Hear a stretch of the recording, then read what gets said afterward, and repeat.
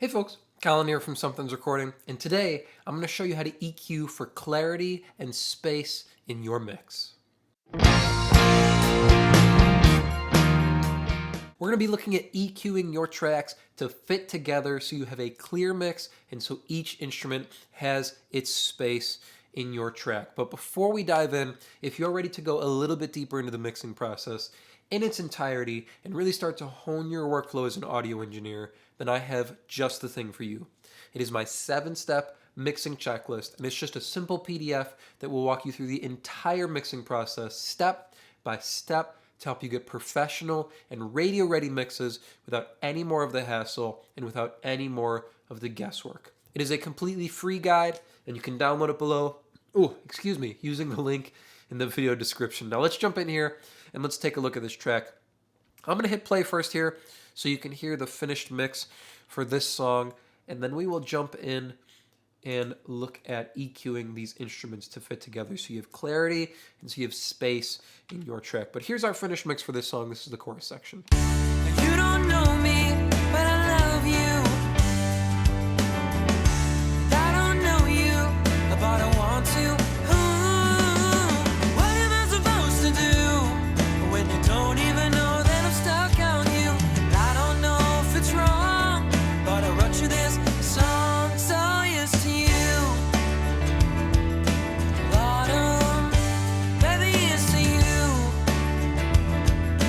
Autumn, baby, yes to you.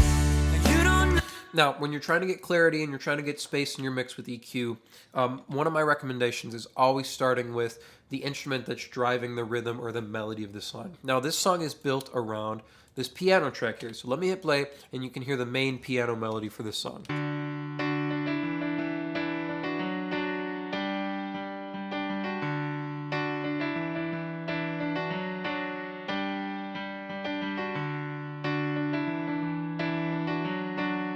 Something you'll notice right off the bat is this piano is recorded to sit in a certain spot in the track. It doesn't have a bunch of bottom end. The player didn't put a bunch of low notes in the track to make room for bass guitar, for drums. It's recorded to sit in a full rock mix or full pop rock mix like this. Let's look at our EQ though and see what we're doing further to make sure we have clarity as we stack other instruments on this track here.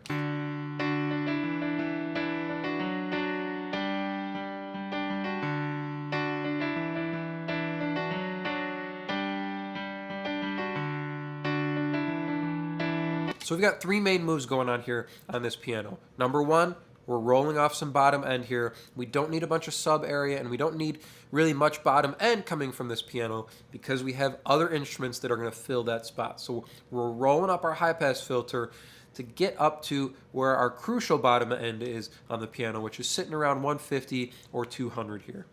Then we're pulling out all this low-mid buildup that we don't need. If it was by itself, if it wasn't going to fit inside of a rock track or a pop rock track like this, we would leave some of that low-mid area in because it would need it to fill out the frequency range. Oh, excuse me. But we have vocals, guitars, drums, bass that we're going to stack on top of this, so we need to clear some space here in the low-mid area so this piano will sit where we need it to inside the track and also sit against all these other instruments. Take a listen and I'll A-B this cut here.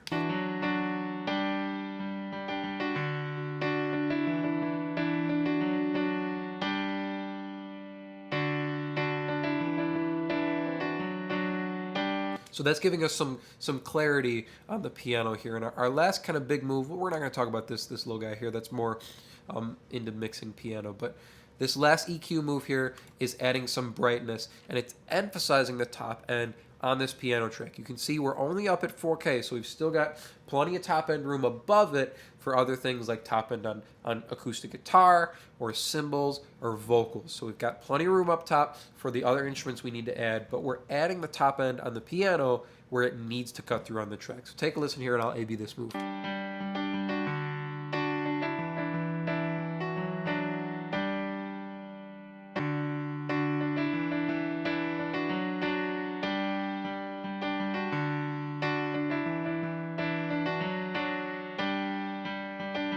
So sometimes this kind of stuff is called EQ carving. I don't like to think of it as like carving out space for other frequencies to fill in. I like to think about it as emphasizing the heart of each of these sounds. And then once you kind of get to the essence or the unique frequency range of each of these sounds, they start to fit together better, right? So it's not like I'm thinking about like, oh, I need to save space up here for vocals later. I'm thinking about this is where the top end is on this piano, and this is the frequency range that needs to shine or be emphasized on this track. It does go hand in hand with EQ carving, with that mentality of I need to leave space in the super highs here for cymbals and for air on vocals, but I like to think about it as emphasizing the heart of each of these tracks here. So moving on, we've got our piano in.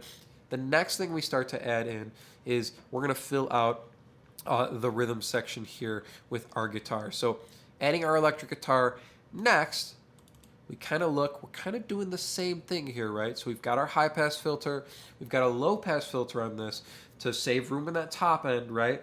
But we're also emphasizing the two important frequencies on this electric guitar, which is mid-range, right? We're pulling up this 1.4K, and then a little bit of that same top end. So you can see some of these frequencies go hand in hand with each other. That's why I don't like to think about it as carving. So it's not like we boosted this frequency on the piano, so we can't boost it on the guitar. Some of these instruments share the same fundamental frequency range. So we emphasize that, and that's what makes them work together inside this track. We get our clarity and we get our space, but some of these instruments share frequency ranges, and that's okay. So we're adding in our electric guitar now.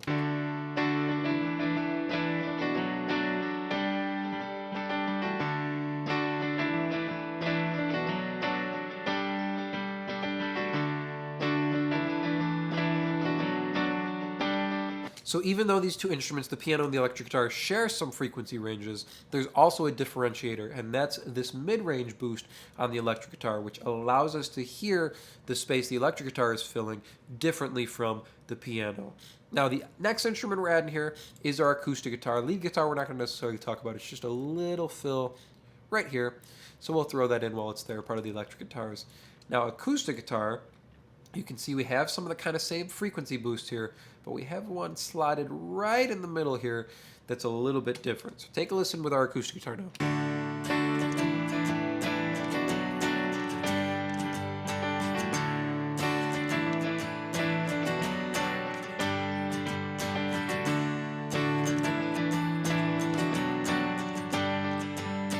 Again, we're emphasizing the unique element that this acoustic guitar is adding to the track, and that's that high mid and that top end percussiveness, right? None of the instruments we've added so far have had this top end boost here, so we're adding air and we're adding that string noise and that beautiful shine that we get from adding an acoustic guitar. Now, if it was by itself, we would leave more of that beautiful bottom end in that you get from recording an acoustic guitar or miking up an acoustic guitar. But it's not by itself.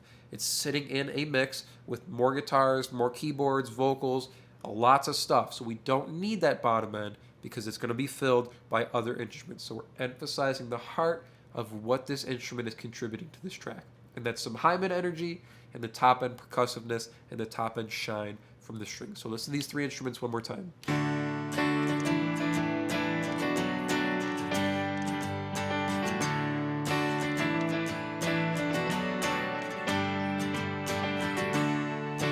We've got our organ that I threw in here. Same kind of concept that we talked about with the piano, right? So we're rolling off our bottom end. I'm rolling off a little bit of the top end because sometimes you can get some noise with organs or digital keyboards. And then I'm bumping just a touch of this high mid area at around 3K. And that gives it a nice slot to add that mid-range emphasis as we pull it up under the track. So we've got our melodic instruments kind of slotted in here. Let's move over and let's start building our low end and our foundation in. So next we start to add our bass guitar. So we're going to go bass and then drums here. So bass is going to give us our bottom end. If we look at all our instruments, so far here, we've got a roll off at about 150. So below that, we have plenty of room to slot the bottom end of our bass in.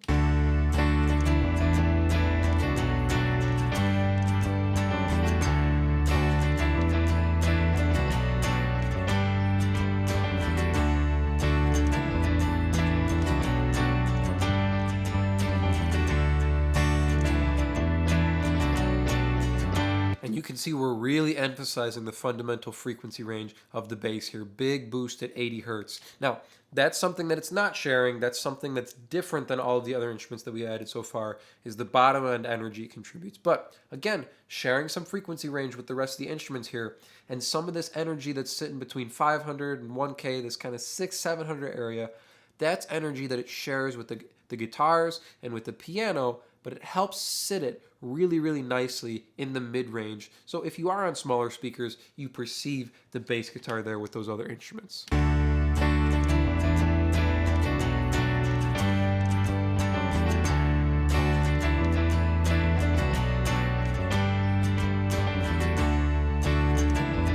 Now, moving over to our drums here, let's get our kick drum in. So our kick drum's going to share some frequency range with our bass guitar, right?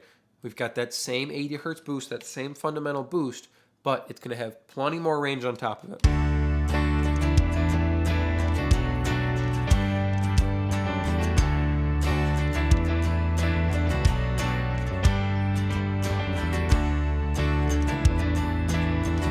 So we can see our kick drum is kind of looking like the opposite frequency range of things like our electric guitar and our piano, right? It's got bottom end and it's got top end. There's no mid-range here to be seen on our kick drum.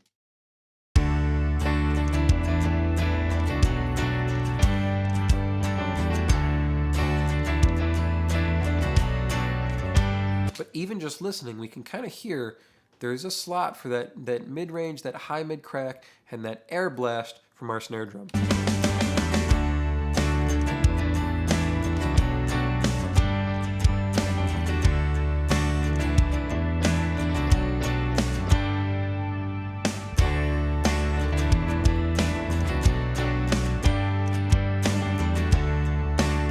Now we've got some transient energy that's stretching up towards our super, super highs there. That's that air we're getting off the snare drum. But you can see, still sharing some frequency range with our guitars, with our keys. It's got some bottom end that's sitting around 200, and that's okay. Sharing frequency ranges, again, helps blend our instruments together, but it's the uniqueness, the heart of each sound that we emphasize that gives us that frequency carving element without having that mentality of getting too technical about things. Then our hi-hat and our toms, those are kind of going to blend in the same way our overheads are going to be. So we've made plenty of room now up top, the super, super highs, for our cymbals and our hi-hat, ride, things like that to sit in.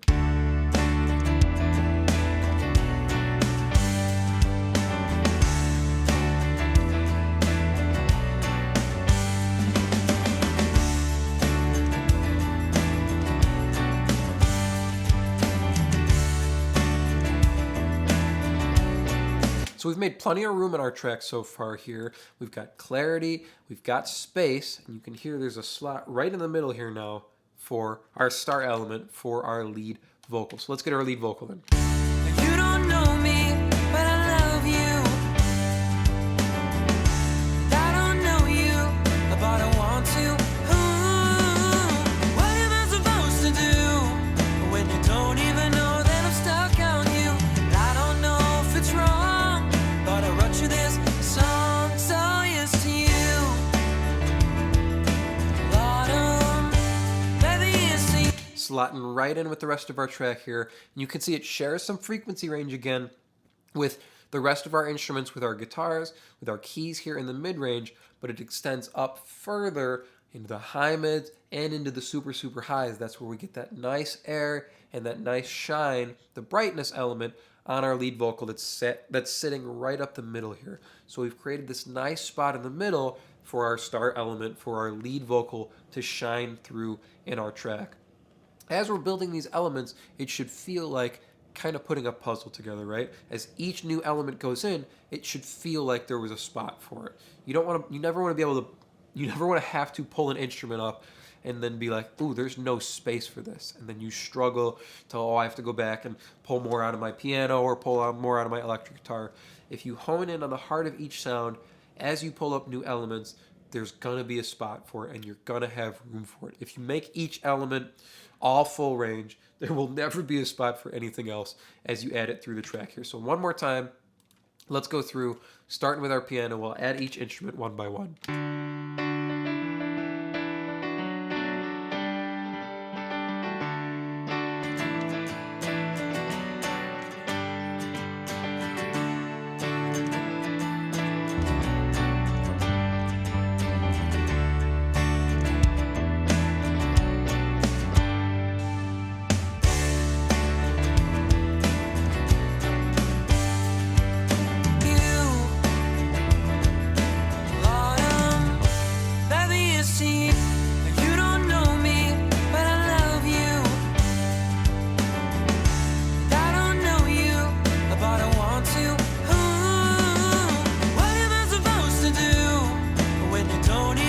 So if you're struggling to get clarity and you're struggling to get space inside your track, using your EQ, the best piece of advice I can give you is to hone in on the heart of each sound. Don't give everything full range. Everything doesn't need bottom end, and everything doesn't need super, super highs. Some things, guitars, keys, emphasize that mid-range or that high-mid area. Leave spaces for your top end on your vocal, top end on your drums. Leave space in the bottom end for your kick drum and your bass guitar.